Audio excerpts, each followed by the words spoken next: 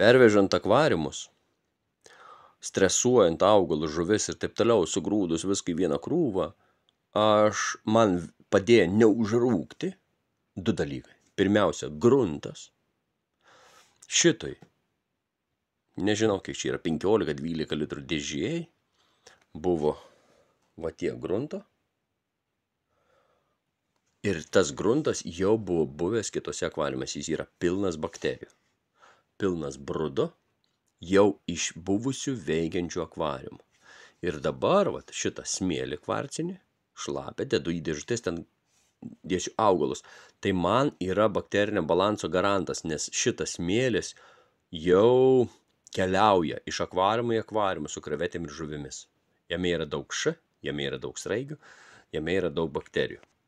Antra garanto dalis yra sraigė melanija. Žiūrėkit, šito akvariumo dugnas nevalytas mėnesį. Čia gyveno, tame 29 litrų akvariume gyveno koridorai ir galaksiai. 3-6 galaksiai, 7 koridorai ir iš šitų krevečių, kur čia suleidau, tokių krevečių, dabar čia yra tik atrinktas, dar 4 kartus daugiau krevečių. Net neskaičiavau. 100, 1,5, nežinau, krevečių. 29 litruose. Kaip viskas neužrūgo, aš sudėjau labai daug krevečių pirmom dienom, paskui saujam tiesiog iškabinau iš čia ir įmečiau 157 litrus.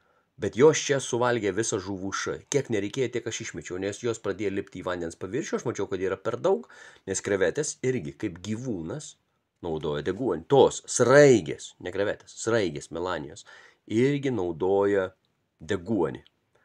Tai vat sraigės sulipdo savo gleivėm, žuvų krevečių išmatas, perdirbinėja ir va šitame akvariume, kur buvo labai mažai nuo paviršiaus tik tais, siurbtas keistas vanduo per mėnesį laiko grubiai, nėra jokių nuosėdų.